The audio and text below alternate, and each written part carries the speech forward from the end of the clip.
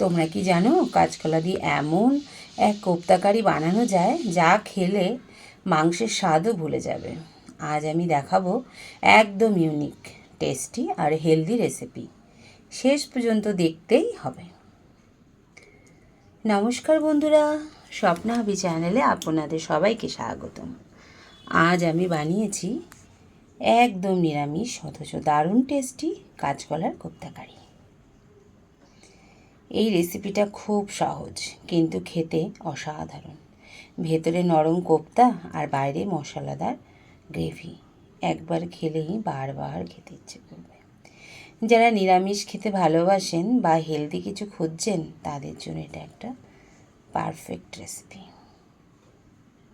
কাঁচকলার কোপ্তা তো অনেকেই খেয়েছো, অনেকেই জানো বানাতে। এক একজন এক এক রকমভাবে বানাও। আমি কিভাবে বানাই সেই রেসিপিটাই তোমাদের মধ্যে শেয়ার করলাম। পুরো ভিডিওটা দেখার অনুরোধ রইল। আশা করি ভালো লাগবে। চলো পুরো ভিডিও রেসিপিটা দেখে নিই।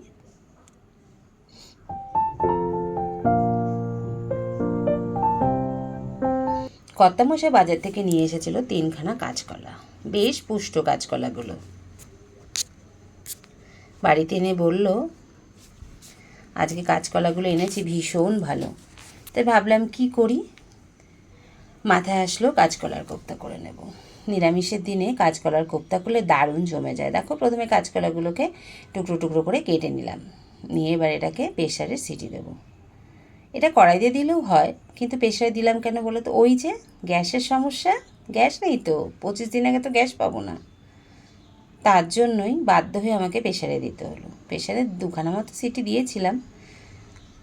এবার কাঁচকলাগুলো প্রেসারে সিটি দিতে বসিয়ে দিলাম জল দিয়ে, পরিমাণ মতো জল দিয়ে, আর কিছুই দেইনি এর মধ্যে। আর আমার আলু আগেই মাইক্রোওভেনে সেদ্ধ করা ছিল। আর এই দিকে এর জন্য একটা মশলা তৈরি করে নিলাম। কি মশলা দেখো, 1 চামচ জিরে গুঁড়ো, 1/2 চামচ মতো ধনে, আর নিয়েছিলাম একটা শুকনো লঙ্কা। কাঠখোলায় নেড়ে এটাকে গুঁড়ো করে নিয়েছিলাম। বেশ জাস্ট চটপট করে ফুটবে, একটা মানে খুব সুন্দর হালকা একটা স্মেল বেরোবে, নামিয়ে নেব।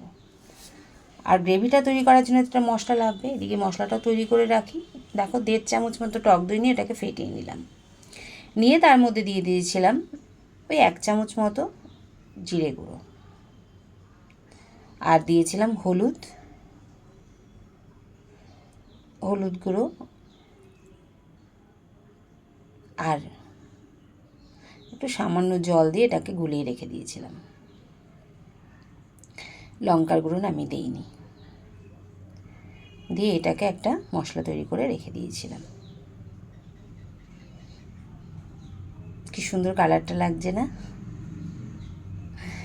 এদিকে আমার তো কাঁচকলা সেদ্ধ হয়ে গেছে। এবার কাঁচকলার খোসাগুলোকে ছাড়িয়ে নিতে হবে। কাঁচকলার খোসাতে ছাড়াতে চলো আমরা একটু কাঁচকলার উপকারিতা সম্বন্ধে জেনে নিই।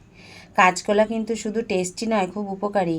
এতে প্রচুর ফাইবার থাকে যা হজমেও সাহায্য করে। ডায়াবেটিস নিয়ন্ত্রণেও সাহায্য করে নাকি কাঁচকলা। পেট ভরা রাখে, ফলে ওজন কমাতেও সাহায্য করে। এতে পটাশিয়াম আছে যা হার্টের পক্ষে খুব ভালো, শক্তি বাড়ায় ও শরীরকে ফিট রাখে। তাই শুধু এই রেসিপি শুধু সুস্বাদু নয়, হেলদির দিক থেকেও দারুণ। কথা বলতে বলতে দেখো, ম্যাশার দিয়ে কাঁচকলাটা আর আলু সেদ্ধটাকে আমি ম্যাশ করে নিলাম। এবারে এর মধ্যে দিয়ে দেবো একটু হলুদ গুঁড়ো, পরিমাণ মতো নুন, আর ওই যে ভাজা জিরের গুঁড়োটা, ভাজা মশলার গুঁড়োটা করে রেখেছিলাম ওইটা। আর দিয়ে দিয়েছিলাম ওই ছোটো চামচে 3 চামচ মতো বেসন। দিয়ে এবার এটাকে ভালো করে মেখে নেব। হাত দিয়েই মাখলাম কিন্তু। কেন বলো তো? হাতের ছোঁয়া ছাড়া মনে হয় না কোনো কিছু ভালো টেস্ট আসে, তাই না বলো? হাতের ভালোবাসা থাকলেই সেটা যেন অমৃত হয়ে যায়। তাই হাত দিয়ে ভালো করে মেখে নিলাম। প্রেসারে দেওয়াতে কাঁচকলাটা বেশ ভালো সেদ্ধ হয়েছিল কিন্তু। তারপরে হাতে একটুখানি সর্ষের তেল লাগিয়ে নিয়ে এবার গোল গোল করে আমি কোপ্তার আকারে গড়ে নিলাম। তুমি লম্বা সাইজেও করতে পারো, গোল গোল চ্যাপটাও করতে পারো, যা যেমন ইচ্ছে। তা আমি একটু বেশ গোল গোল করে চ্যাপটা চ্যাপটা মতো করে নিয়ে আমি কোপ্তাগুলোকে গড়ে নিলাম। চলো এবার কোপ্তাগুলো ভেজে নিই। তার জন্য একটা ফ্রাইং প্যান বসিয়ে দিয়েছি, একটু ছোটো সাইজের ফ্রাইং প্যান। কারণ কী বলো তো, অল্প তেল দিলে বেশ ভালো ভাজা হবে। ছড়ানো জিনিস হলে না বেশি তেলটা লাগে। তেলটাও তো কম খেতে হবে বাবা, স্বাস্থ্যের দিকেও তো খেয়াল রাখতে হবে, তাই নাকি? কোপ্তা খাবো, ওইদিকে তেল তো কম বেশি খেলে চলবে না। সুতরাং সব দিকই ভেবে চিন্তেই কাজ করতে হবে।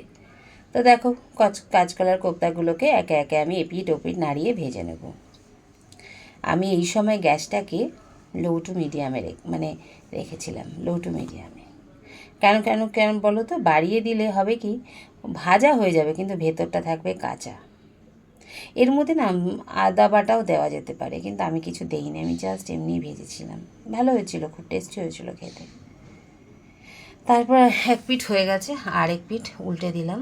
উল্টে পাল্টে নিয়ে এইভাবে আমি কোপ্তাগুলোকে লাল লাল করে ভেজে নেব। আবার এই পিঠটাও একটু উল্টে দিলাম, যাতে ভেতরটা কাঁচা না থাকে। দু পিঠই বেশ সমান ভাজা হয়, মাঝখানটা বেশ ভালো ভাজা হয়ে যায়। এই পিঠে করে এবার আমি তুলে নেব একটা প্লেটে।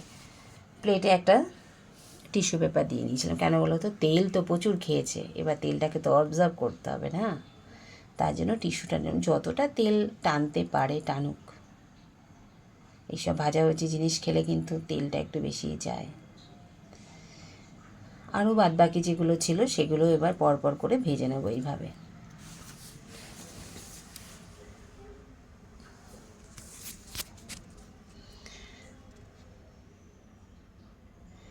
এইভাবে আমি একে একে আমি সব কোপ্তাগুলোকে ভেজে নিয়েছিলাম। চলো, আমার কোপ্তা ভাজা কমপ্লিট। এবার আমাকে গ্রেভি তৈরি করতে হবে।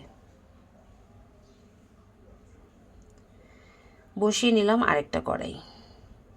কড়াইয়ের মধ্যে দিয়ে দিয়েছিলাম ওই ভাজার তেলটুকু যা ছিল তাই, আমি আর বেশি তেল দিইনি। তার মধ্যেই তো দিয়ে দিলাম চিনি প্রথমেই। কেন বলো তো, ক্যারামেল একটু বার হয়ে গেলে মানে বেশ কালারটা সুন্দর হবে। কেন আমি তো লঙ্কার গুঁড়ো দিই না, তোমরা জানোই। তার মধ্যে দিয়ে দিলাম গোটা গরম মশলা। দিয়ে এবার ওই যে আমি মশলাটা করেছি সেটা তো দেবই, তার আগে দিয়েছিলাম আদা আর কাঁচা লঙ্কা বাটা। নিরামিষ তরকারি আদা না দিলে হয়? এর মধ্যে তোমরা পাকা টমেটোও দিতে পারো, আমি আর দিইনি। তারপরে দিয়েছিলাম সামান্য পরিমাণে নুন, পরিমাণ মতো নুন দিয়ে ভালো করে নাড়াচাড়া করে বেশ আদার গন্ধটা চলে যাওয়ার পরে দিয়ে দিলাম ওই তৈরি করা মশলাটা। দিয়ে এবার এটাকে ভালো করে নাড়াচাড়া করে এটাকে একটু কষাতে থাকবো। যতক্ষণ এটার থেকে তেল বার হবে ততক্ষণ আমি এটাকে কষিয়ে নেব। বেশ সময় লেগেছিল, কারণ কি বলো তো, গ্যাসটা আমার লো টু মিডিয়ামে ছিল। কারণ টক দই না ফাটফাট করে ফাটবে, আবার টক দই জোরে বাড়িয়ে দিলে গ্যাসের আঁচ ফেটে যায়, এই জন্য আমাকে সিম করেই করতে হয়েছিল। বেশ খুন্তি দিয়ে নাড়াচাড়া করে করে বেশ সময় নিয়ে আমি এটাকে কষিয়েছিলাম। কথায় আছে না, তুমি যত কষাবে তত তোমার তরকারির টেস্ট পারবে। রান্না হচ্ছে ধৈর্যের জিনিস। আবার এক এক সময় দেখবে খুব ধৈর্য করে রান্না করলেও সে রান্নার স্বাদ হয় না, কিন্তু চটজলদি কোনো একটা রান্না করে ফেললে এত টেস্ট হয় সে ভাবাই যায় না। তারপরে এবার এটাকে ভালো করে মশলাটাকে কষিয়ে নেব। আমার মশলা দেখো প্রায় কষানো হয়ে গেছে। এবার এর মধ্যে দিয়ে দেবো জল।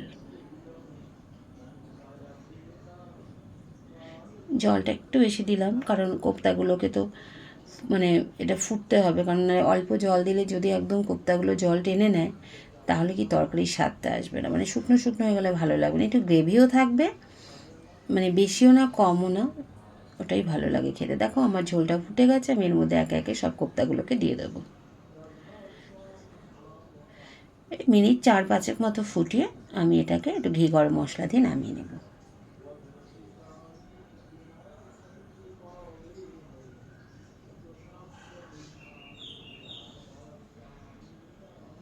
দেখো, তারপরে দিয়ে দিলাম 3টে চেরা কাঁচা লঙ্কা।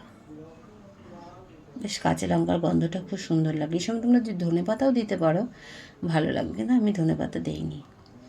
দেখো আমার তরকারি ফুটে গেছে, কি সুন্দর কালারটা হয়েছে না, রঙটা কিন্তু দারুণ হয়েছে। এর মধ্যে দিয়ে দিলাম গরম মশলা গুঁড়ো, আর দেবো একটুখানি ছোটো চামচের 1 চামচ ঘি দিয়ে এবার এটাকে গ্যাসটাকে বন্ধ করে দেবো। দেখো আমার ঝোল ফুটে গেছে।